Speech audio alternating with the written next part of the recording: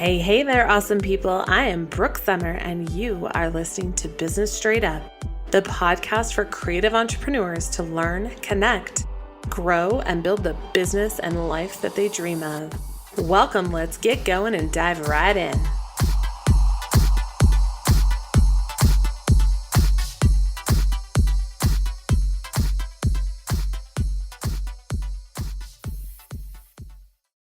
Well, hello there, amazing business owners. Welcome back to another episode of Business Straight Up, the podcast and place to be for creative business owners and photographers who want to actually make a living doing what they love. This is going to sound a little different today. I am actually sitting in a hotel room in New York as we speak, and I didn't bring any of my recording equipment with me, guys. I didn't even bring my laptop, so I am literally on my phone. I have my earbuds in, and I am sitting here enjoying something delicious, and I wanted to talk to you about it, which feels very weird to me, but I'm learning more and more that if something is on my heart, that I need to share it, because so many of you tell me, oh my gosh, Brooke, I needed to hear that. And so often I'll just put a note in my Asana, because I've shown you guys my content bank and my story bank and all the ideas that I have and all the things I want to talk about. I have to get them out of my head. And I feel like that needs to be a podcast episode of its own. But instead of just putting it into Asana this time, I really wanted to talk about it while I have this delicious thing right in front of me. So I have a funny story for you. I flew into New York City today.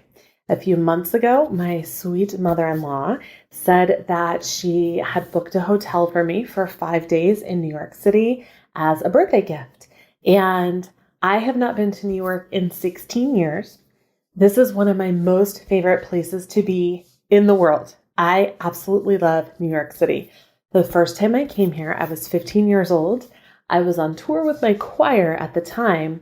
And before I left, my mom sat me down and made me promise that I would come home, because she knew that I would love New York that much. And she was right. I do. New York is my place. It's so funny. I don't live here. I have never lived here, but the energy here is crazy.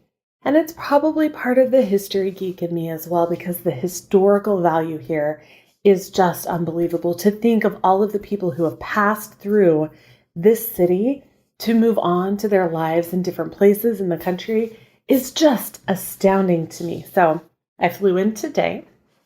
I had arrived this afternoon, got checked in. I was just kind of hanging out, had a little bit of drama with the grocery order, hanging out in the hotel.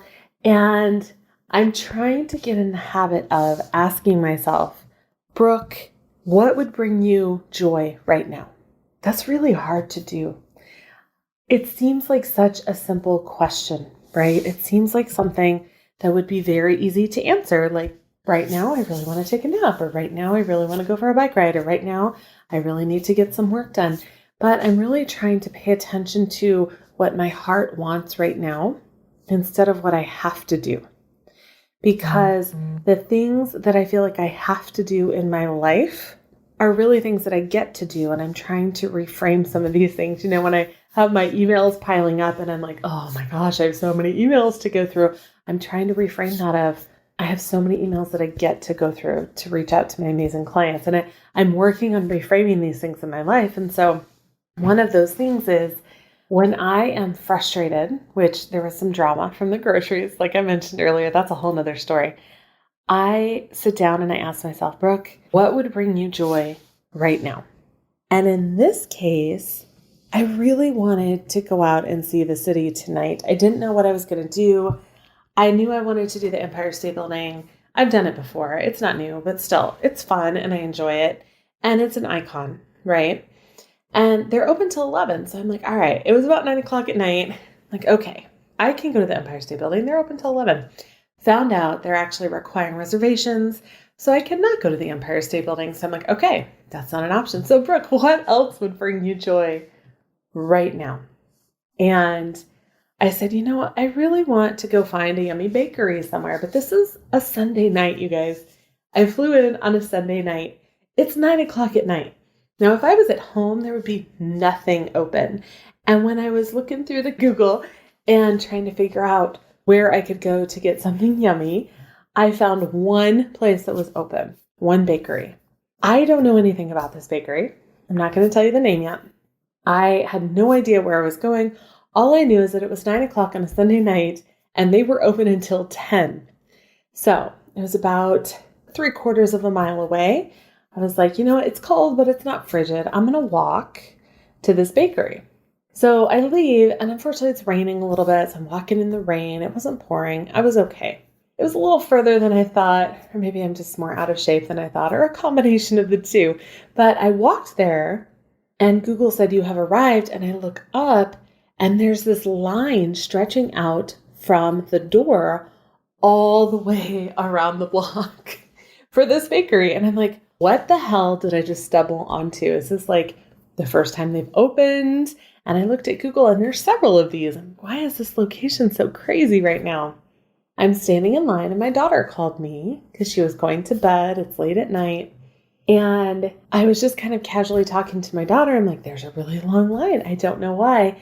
And a woman behind me in line explained to me that this is a very famous bakery. Apparently they're very well known. And this is where the women on Sex and the City went to get their cupcakes. Now, y'all, I'm a big Sex and the City fan, and I do not remember that at all. So maybe I'm not as big of a fan as I thought, but I'm in line. So at this point, I'm committed, right? I'm in this long line in the rain for Magnolia Bakery. I've never heard of this place before. I knew of Magnolia because of Joanna Gaines. And I was like, this is Joanna Gaines Bakery? Like, I don't even know what I'm going to get here. But I'm committed. I'm in line. So I wait for a while and I finally get inside and I see that they have an entire section on a very short menu specifically for banana pudding. Now, I don't like bananas at all. I think they're disgusting. I don't love bananas. And I also don't like pudding. Like, of any sort. I don't like pudding at all because it's mushy and it's weird to me and I don't like the texture. I'm very much a texture person. So I walk into this bakery not liking their number one specialty, banana pudding. They are also known for their cupcakes. Well, guess what else? I don't like cake. I know that that's sacrilegious and some of you are listening to this going, what the hell, Brooke? How can you not like cake? But I really, really, really don't like cake. So I'm in this bakery. At this point, I have waited for a while and I'm finally inside and I'm like, well, shit, I got to get something. I just waited a long time. I really wanted something yummy. So they have cookies and brownies and stuff. And so that's what I was going towards. But I knew what I really wanted. And I knew they had it because I know where I'm at, right? I know I'm in a bakery. I know they have cupcakes and what goes on top of cupcakes. One of my favorites, frosting. I love frosting. I don't know why. I know that it still has kind of a texture, kind of like pudding, but it's not really. I don't know how to explain it. I love frosting. I may or may not have made a small batch of peanut butter frosting last year for my birthday just to put on top of brownies. And I had to keep it separate because of some friends with allergies. But I really love frosting and I knew they had it. But it's not like they just have bowls of frosting sitting out, right? So I walk up to the counter and the lady's like, what can I get for you? I said, what do you recommend? And she started to go, but, and I said, I don't like bananas. And she just looked at me kind of stunned. I said, I also don't like cake. And she just looked at me like, why the hell are you here? So I told her I'd love a brownie. That sounds really good. And do you do frosting shots? And she just kind of looked at me kind of strange. And this guy came up behind her and said, what do you mean by a frosting shot? I said, I just want like a little cup full of frosting. Can you do that? And he looked at me kind of perplexed and goes, sure, I don't see why not. I was so freaking happy, you guys. I got to the register. I paid for my brownie. I also got this thing called Snickers Icebox Cake, which is just okay. I mean, it's basically cheesecake. I don't know why they have to call it something different, but it's basically cheesecake. And then this frosting shot. Now I have all three of them sitting in front of me right now. I have eaten one bite of the Snickers Icebox Cake because I don't love it. I have eaten a quarter of the brownie because I don't love it. This frosting is amazing. So why the hell am I telling you about this on a business podcast? Why am I recording this at 11:41 on a Sunday night to share this with you? Because I want to bring your attention to something that Magnolia Bakery did very, very well this evening as a business. I walked into a bakery not knowing who they were. Okay, now these people are famous. This bakery is famous. I didn't know that. I didn't know who they were. When I walked in and said, I don't like bananas, I don't like cake, they could have been like, this is not the place for you. And I would have been really sad. Now, are they well within their rights to do that? Absolutely. They can say, look, we don't really have anything that you like.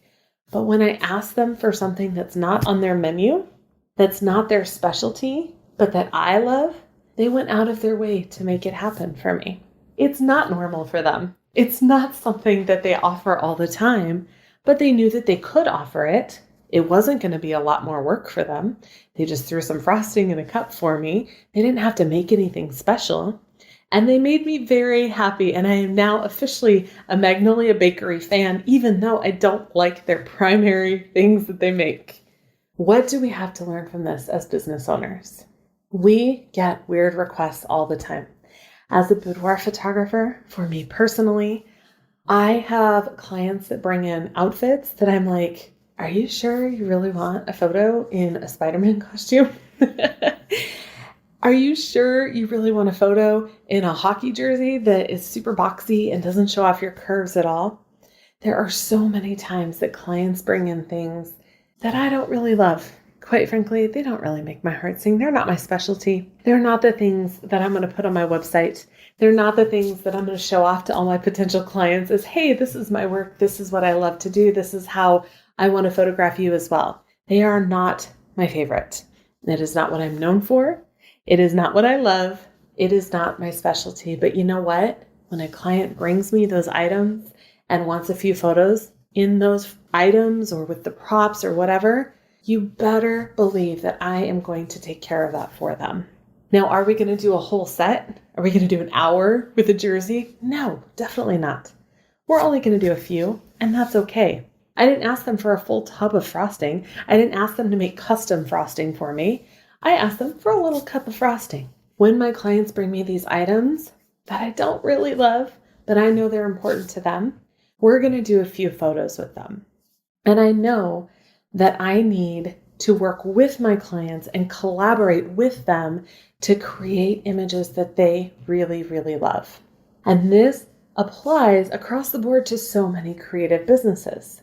There are so many people who will just tell people no. And again, you're well within your rights to do that as a business owner, especially if it's something that makes you uncomfortable. I actually have a podcast episode about when to say no to your clients that hasn't been published yet, because there are definitely times to say no to your clients. But if it's something small that's not going to require a ton of extra work on your part and will make them happy, why the hell would you say no? We need to be collaborating with our clients to do things that light them up, even if we don't necessarily love them. Now, again, when I say this, there is a line here, right? Like we can't be constantly doing things that we hate. Otherwise, then we're going to start hating our business. And that doesn't serve anyone, least of all our clients. So there is a line here. And like I said, when someone brings in an item for photos that I don't necessarily love, we're not going to do an hour of photos in it at all. And I will even ask my clients, I'm very upfront. We just did a jersey recently. Jerseys are not my favorite. I know people really love them for boudoir photos, but y'all, they are made for like football pads and stuff or hockey pads. They are not made to show off curves at all. So when people bring in these jerseys, I will usually have a very specific conversation with my clients and say, usually jerseys are not the most flattering piece that we can put on you. So did you want a whole set in this jersey or maybe just a few photos? Kind of leading them to the answer. And I have never, ever, ever had someone say, oh, I want a whole set. They just want a few. They understand that. They know what's up. So in that statement, I'm offering my expertise while also leading them to what would probably be best for them. Now, if someone told me they wanted a whole set, we might have to have a discussion on that. I don't know. That hasn't happened yet. So I haven't come across that opportunity yet. But I want my clients to know that their session is a collaboration, that they can trust me, that I'm the advisor, that they can bring me the weirdest stuff ever, and I will advise them on what will look amazing and what may not look amazing. That I will walk them through every step of the way to make sure that they have an end product that they completely love. So this can look the same in other creative places as well. So I went into a bakery. I know I have some followers who are chocolatiers, who are bakers, cake decorators. So what could that look like? Let's say someone is getting married in downtown Denver on a sunny day in August, and they want a buttercream cake that will be sitting out in the sun. Maybe not the best option for them, right? So how can you say yes to them in a way that won't completely destroy their cake because it's sitting out in the sun? What are some creative solutions that you can come up with ahead of time? Can you make like a foam one that looks super pretty so the other one can stay in the fridge until it's time? And maybe add on an additional service for that? Think of the things that you can do to collaborate with your clients so that you can say yes to them. Sometimes that yes will be at a cost. You guys, my frosting wasn't free. I paid for that frosting, and that's okay. I was okay doing that because I know that I love the frosting. Sometimes those yeses are at a cost. I have had some very odd Photoshop requests as well. Little things like, you know what? I broke up with my boyfriend. He got that tattoo for me. Can you Photoshop it for me and take it off? And this was after the fact. The yes came with a cost because there was a cost incurred in additional retouching work, but I still want to be able to tell my clients yes. I still want to be able to collaborate with them and offer them solutions for the things that they love and that they want. The biggest mistake most photographers and creative business owners make is thinking that learning another technique or buying new gear or software or lighting will bring them success in their business. And I totally understand. I did this too. New gear is always fun, right? New toys. But I wanted to really make a living with my creative photography business, not just have fun toys. So I devoured every online resource that told me to buy this lens, this preset, or this software. And that would be the answer to my problem. And what was that problem? No paying clients. Question for you. Does every creative or photographer that runs a successful and profitable business go out and immediately buy all the new gear? Of course not. If you continue to hold on to the belief that fancy gear or the next new shiny object will help, not only will you not book the clients and customers you want, but you might even have to shut down your business completely and go back to working for someone else to grow their bottom line, instead of building your own dreams and supporting your family doing what you love in a schedule that allows you freedom to design your life. You start focusing on the business side of running a business, because business is ultimately about two things, leads and sales. So how are you getting those leads and sales? Email marketing is one of the most powerful marketing tools available and has helped me grow my multiple six-figure photography business in a niche that is often ostracized and criticized in the photography industry. It is also one of the most ignored tools for creative business owners. Email marketing can allow you to reach out to potential clients where they're at, in their inbox, and remind them that you have an amazing service to offer them. Starting an email list and actually knowing what to do with it can be scary, but it doesn't have to be. The real question is, do you really want to keep chasing that fancy new gear that's on your wish list? Or do you want to learn how to use this unique and powerful marketing tool to book the clients that will actually pay you so you can design your life with the freedom that you really want? Join me for my free masterclass all about email marketing, where we will break down this powerful tool and how to actually use it to grow your business and ultimately your revenue and your income. You got into business because you love what you do. So let's start building a tool that will allow you to do that, right? Sign up for the masterclass at businessstraightUp.com/workshop. Space is limited, so make sure to grab your spot. The masterclass will be in the beginning of December. I can't wait to see you there. Again, there's always a line for this. You never want to say yes to things that make you uncomfortable, that put either of your safety in jeopardy. I know for photographers, railroad tracks is a big thing, and that would be a hard no for me. Although I do have a spot that has dead tracks that we can take photos on, but it's really a hard no because of safety. I don't want my clients dying on a railroad track. I don't want to die on a railroad track taking photos. There are times that we have to say no. But if it's something small, no one's in danger, no one's at risk, and you can work with your clients to collaborate with them to get them what they want, it needs to be a yes. Even if there's an additional cost, that's okay too. But we need to look at our client relationships as a collaboration. And that is what is on my heart today as I take a bite of this delicious frosting. I even took a picture of this woman using the spreader to put my frosting in a cup because I was so freaking excited that someone was going to give me a shot of frosting because I know what I like. And they were gracious enough to say yes, even though it is not their specialty, not what they're known for. But now they have another fan, someone who didn't know who they were before. We need to be thinking about collaborating with our clients and asking ourselves, how can we say yes to this? How can we work with someone? How can we maybe change things up or add on an extra cost to make this happen for someone? That is what I wanted to share with you tonight. It is just about midnight here in New York City on a Sunday evening. Tomorrow, I am fully planning on immersing myself in art. I'm so excited to go look at art museums. Every time I'm in New York, the people that I'm with never want to go to any museums. And so I'm really excited tomorrow to just go and walk around and geek out, look at all the art. I want to see Starry Night.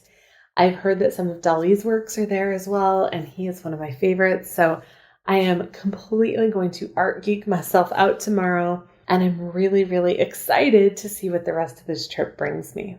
We are moving into a crazy busy season. You're going to hear more podcast episodes coming up because we are going to do a little bit of a boot camp on email marketing, getting that up and going so that you can reach out to your clients and make it consistent, especially starting in the new year. This is an amazing opportunity, right? New Year's, new beginnings. We are going to do an email boot camp coming soon in podcast episodes. So make sure you're looking out for that. As always, if there is anything I can help you with, please let me know. While you're listening to this, if you're like, Brooke, girl, that was so good. I really needed to hear that. Take a screenshot for me, put it on Instagram and tag me. I'm at Business Straight Up because I would love to know your biggest takeaways, your ahas, the things that you loved most.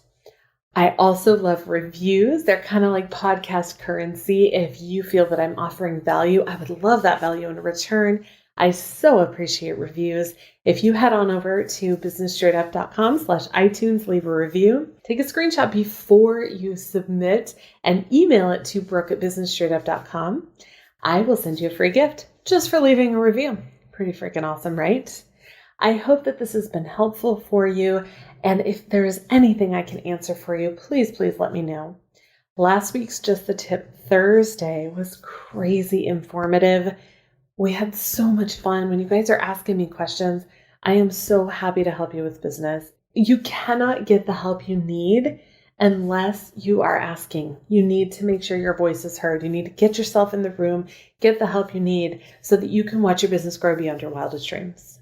I cannot wait to see what you do with your business, the amazing gift that you have, and how you impact the world. Have a wonderful rest of your day, and we'll talk soon.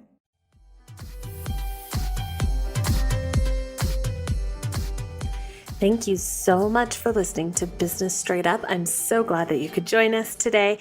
Check out the show notes for this and all of the episodes at businessstraightupodcast.com. And I can't wait to talk with you again. Have a great day.